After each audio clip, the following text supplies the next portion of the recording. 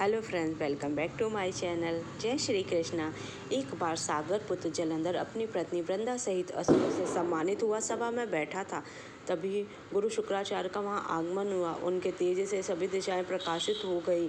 इस गुरु शुक्राचार्य को आता देखकर सागर पुत्र जलंधर ने असुरों सहित उठकर बड़े आदर से उन्हें प्रणाम किया। गुरु शुक्राचार्य ने उन सबको आशीर्वाद दिया। फिर जलंधर ने उन्हें एक दिव्य आसन पर बैठाकर स्वयं भी आसन ग्रहण किया। फिर सागर पुत्र जलंधर ने उनसे विनम्रतापूर्वक पूछा, हे गुरु जी, आप हमें यह बताने की कृपा की कि राहु का सिर किसने काटा था। इस पर दैत्य गुरु शुक्राचार्य ने विलोचन पुत्र हिरण्यकशिपु और उसके धर्मात्मा पौत्र का परिचय देकर देवताओं और असुरों द्वारा समुद्र मंथन की कथा संक्षेप में सुनाते हुए बताया कि जब समुद्र से अमृत निकला तो उस समय देव रूप बनाकर राहु भी पीने बैठ गया। इस पर इंद्र के पक्षपाती भगवान विष्णु ने राहु का सिर काट डाला। अपने गुरु के मुख से इस प्रकार के वचन सुनकर जलंधर के क्रोध की सीमा न रही।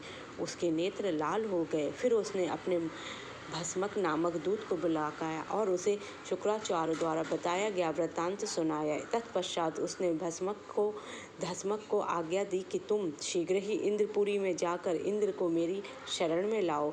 भस्मक जलंधर का बहुत आज्ञाकारी एवं निपुण दूत था। वह जल्द ही इंद्र की सुधर्मा नामक सभा में जा पहुंचा और जलंधर के शब्दों में इंद्र से बोला, हे देवता धाम, तुमने समुद्र मंथन क्यों किया और मेरे पिता के समस्त रत्नों को क्यों ले लिया है। ऐसा करके तुमने अच्छा नहीं किया। यदि तू अपना भला चाहता है तो उन सब रत्नों एवं देवताओं सहित मेरी शरण में आ जा, अन्यथा मैं तेरे राज्य का ध्वंस कर दूंगा। इसमें कुछ भी मिथ्या नहीं है।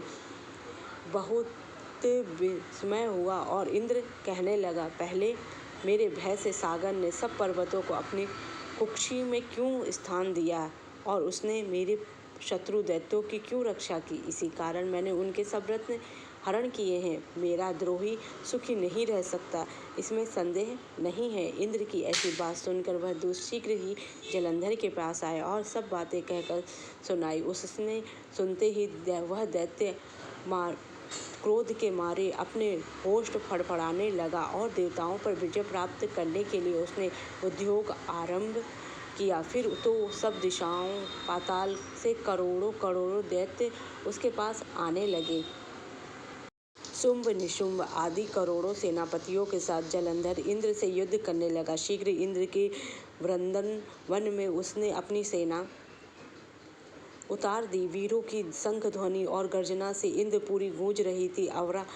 अवती छोड़ता उसने युद्ध करने चले। भयानक मारकाट हुई। असुरों के गुरु शुक्राचार्य अपनी मृत संजीवनी विद्या से और देवगुरु बृहस्पति द्रोणागिरी से औषधि लाकर जिलाते रहे। इस पर जलंधर ने क्रुद्ध होकर कहा कि मेरे हाथ से मरे हुए देवता जी कैसे जाते हैं। जिलाने वाली विद्या तो आपके पास है गुरुजी। इस पर शुक्राचार्य ने गुरुदेव द्वारा द्रोणाचार्य से औषधि लाकर देवताओं को जिलाने की बात कह दी। यह सुनकर जलंधर और भी कुपित हो गया। फिर शुक्राचार्य ने कहा, यदि शक्ति हो तो द्रोणागिरी को उड़ाकर समुद्र में फेंक दो, तब मेरे कथन की सत्यता प्रमाणित हो जाए। इस पर जलंधर कुपित होकर जल्द ही द्रोणागिरी पर्वत के पास पहुंचा और अपने भुजाओं से पकड़कर द्रोणागिरी पर्वत को उखाड़कर समुद्र में फेंक दिया। यह तो भगवान शंकर का तेज था, इसमें जलंधर की कोई विचित्रता नहीं थी। तत्पश्चात यह सागर पुत्र युद्ध भूमि में आकर बड़े तीव्र गति से देवताओं का संहार करने लगा। जब द्रोणाचार्य जी औषधि लेने गए तो द्रोणाचार्य को उखाड़ा हुआ देख सुन पाया। वह भयभीत होकर देवताओं के पास आए और कहने लगे कि युद्ध बंद कर दो, जलंधर को अब नहीं जीत पाएंगे। पहले इंद्र ने शिवजी का अपमान किया था। यह सुन देवता युद्ध में जय की आशा त्याग कर इधर उधर भागने लगे। सिंधु सुत निर्भय हो अमरावती में घुस गया। इंद्र आदि सब देवताओं ने गुफाओं में शरण ली। यही है भगवान की लीला। हर हर महादेव। अगर मेरा वीडियो अच्छा लगा तो मेरे चैनल को लाइक कीजिए, सब्सक्राइब कीजिए और शेयर कीजिए। Thank you so much.